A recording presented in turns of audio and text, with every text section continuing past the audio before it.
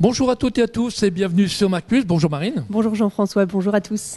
Alors, qu'est-ce que vous allez nous préparer cette semaine ? Alors cette semaine, nous avons décidé de consacrer ce MAG au langage des signes. Donc nous sommes ici au musée de Cambrai et Stéphane, qui est sourd, va nous expliquer comment est-ce qu'il pratique ses visites guidées au musée en pratiquant le langage des signes. Vous avez déjà commencé à parler le langage des signes ? Pas du tout, c'est l'occasion aussi pour moi de découvrir et d'apprendre. Eh bien, je vous laisse aller rejoindre donc Stéphane. Pendant ce temps, je vais rejoindre Florence Albaret pour parler de l'année Fénelon. Stéphane Delanne, bonjour. Bonjour. Vous êtes médiateur en langue des signes ici au musée de Cambrai. Oui. Donc vous êtes sourd et vous proposez des visites en langue des signes. Alors on peut s'interroger quand même puisque je vous parle. Vous arrivez quand même à voir ce que je dis. Vous lisez sur les lèvres. C'est parce qu'en fait, je ne suis pas né sourd, je suis devenu sourd à l'âge de 33 ans, il y a 6 ans. Et en fait, donc, c'est pour ça que moi, je n'ai pas de difficulté à oraliser, contrairement à beaucoup de sourds. Donc justement, vous aviez une toute autre activité professionnelle avant d'être ici au musée de Cambrai. Pourquoi et comment ça s'est passé ? C'est vrai, je viens d'un cursus du bâtiment, j'ai travaillé 12 ans d'expérience professionnelle dans le bâtiment et après en devenant sourd, j'ai dû me reconvertir parce que moi, j'utilise plus le téléphone. Donc j'ai relié ma vieille passion qui était les arts et pour travailler là-dedans dans l'accessibilité culturelle pour les sourds. Donc justement, depuis que vous êtes tombé sourd, donc suite à une maladie, vous avez décidé de changer totalement de parcours professionnel et justement de vous investir aussi pour ce handicap quelque part en proposant quelque chose qui n'existait pas jusqu'ici à Cambrai. Ouais. Oui, donc c'est surtout d'abord un besoin personnel. Quand j'ai perdu l'audition, j'ai perdu l'accessibilité à la culture dans la région et aussi dans ma ville qui est Cambrai. Et c'est vrai, donc j'ai décidé d'essayer de faire changer les choses et puis pour ouvrir les musées les musées et institutions de la ville, l'office de tourisme, le service du lundi soir et ici le musée de Cambrai au public sourd en fait. Et donc justement, grâce à cette langue des signes, il y aura sûrement un label qui sera dédié pour le musée de Cambrai. Ouais, ça fait 1 an que je travaille ici donc à la ville de Cambrai et ça fait 1 an que je travaille justement à cette labellisation qui c'est une reconnaissance qui permet aussi d'attirer de nombreux sourds à venir visiter ici les expositions du musée, quoi. Très bien. Eh bien, nous allons nous retrouver dans quelques instants pour justement nous faire découvrir une exposition que vous allez nous présenter en langue des signes. Et tout de suite, c'est le Flash Info. On commence ce Flash Info par un retour en arrière sur le rassemblement du dimanche 11 janvier à 15h à la mémoire des 17 victimes des attentats de la semaine dernière à Paris. Plus de 5000 personnes de tout horizon et de toute confession se sont associées à cette marche digne et respectueuse. Des arrêts devant les locaux de la presse locale, de la sous-préfecture, du commissariat, de la gendarmerie et enfin de la mairie ont permis à cette foule d'anonymes de rappeler les valeurs mêmes de la République que sont la liberté, l'égalité et la fraternité par une minute de silence, une Marseillaise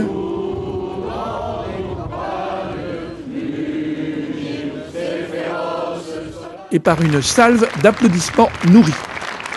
Dimanche, Cambrai, comme beaucoup de villes en France, n'a pas manqué le rendez-vous national et républicain de lutter contre toute forme d'intolérance et de montrer sa solidarité. On continue par une visite théâtralisée de la chapelle des Jésuites organisée par le service d'art et d'histoire avec le concours de la compagnie de théâtre Buissonnier. Visite spectacle de cette chapelle de 1678. Rendez-vous samedi 17 janvier à 14h30. Inscription obligatoire au préalable à l'office de tourisme de Cambrai. Tarif 5 €. Du théâtre à suivre avec le 6e Festival international de Boogie Woogie. Les vendredis 23, samedi 24 et dimanche 25 janvier, le théâtre de Cambrai vivra à l'heure du Boogie Woogie dans une ambiance de folie où le maître mot est virtuosité et plaisir. Des surprises vous attendent pour faire la fête jusqu'à 3h du matin. Du sport pour terminer avec un match de rugby. Le Roc affrontera l'équipe de Soissons ce dimanche 18 janvier au stade Grabos. DH Confort vous invite à ces journées portes ouvertes du 19 janvier au 2 février.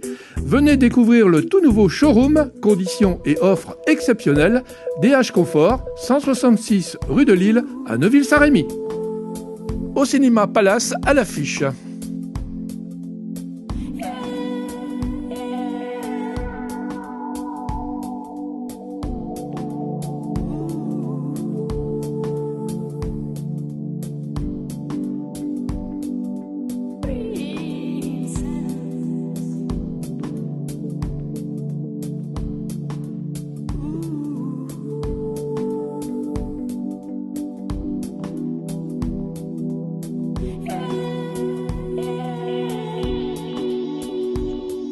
Florence Albaré, bonjour. Bonjour.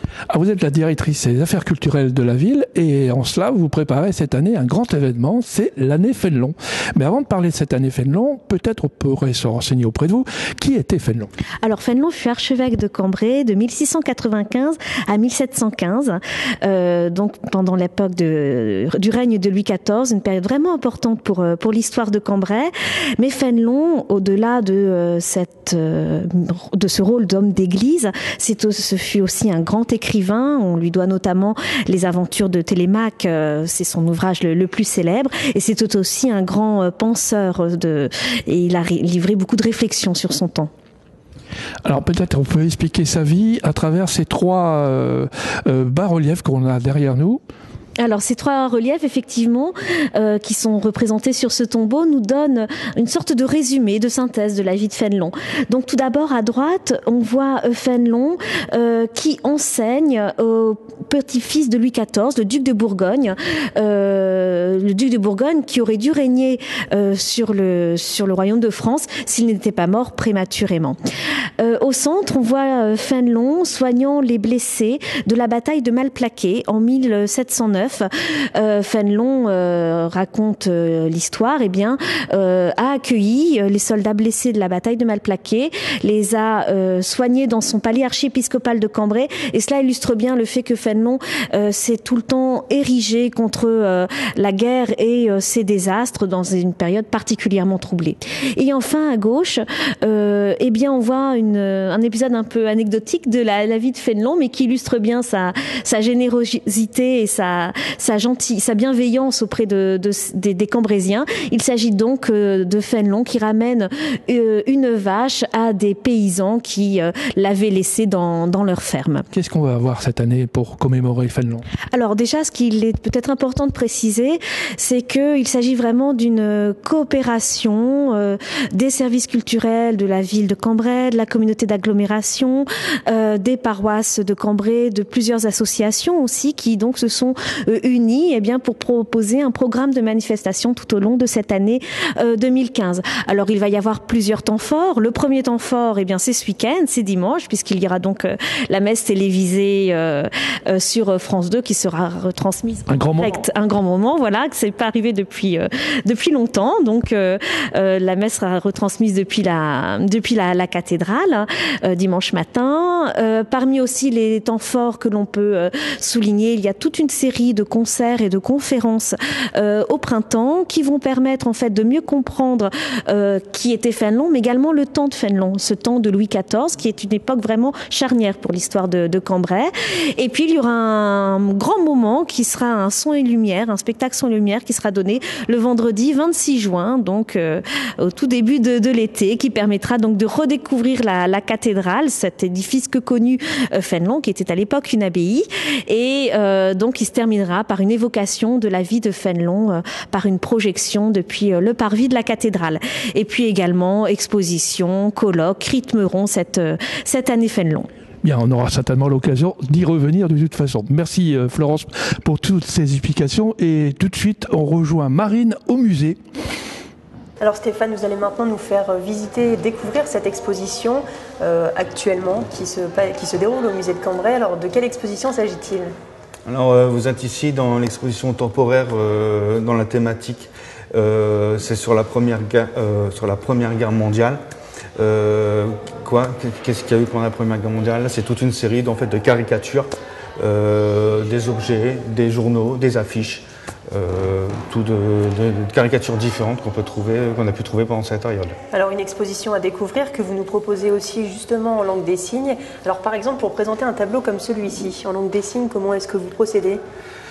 Là par exemple c'est une vieille caricature de Boily. Là par exemple je vais jouer sur les grimaces des caractères, des personnages, d'écrire en disant le monsieur qui est en bas comme ça. Les sourds vont comprendre que c'est ce personnage-là, ou alors après on décrit dans l'espace. Les événements aussi, c'est une langue qui est visuelle, donc c'est très expressif. Voilà, très expressif, ouais. D'accord. Et c'est une visite qui est proposée aussi bien à des enfants qui viennent. Ouais. Vous recevez des enfants et des adultes également. En fait, c'est pour ça que je suis plus médiateur que guide. En fait, je m'adapte en fonction du public. S'il y a des enfants, on va mettre un petit peu d'humour. Même avec les adultes, de toute façon, on met aussi un petit peu d'humour. Mais pour leur faire comprendre, on utilise des phrases simples. C'est parfois de l'histoire de l'art, c'est pas forcément accessible à tous. Donc, j'essaie de me fixer quelques petits objectifs dans le cadre de ma visite, en me disant, à la fin de la visite, il faut qu'ils repartent chez eux en ayant compris ça. Voilà. Très bien, merci Stéphane en tout cas pour nous avoir fait découvrir la langue des signes. Alors on se dit au revoir, je vous laisse dire au revoir en langue des signes. C'est comme les enfants, au revoir. À bientôt. C'est terminé pour ce mag dédié spécialement à la langue des signes. Et tous en forme la semaine prochaine, vendredi prochain. À bientôt. À bientôt.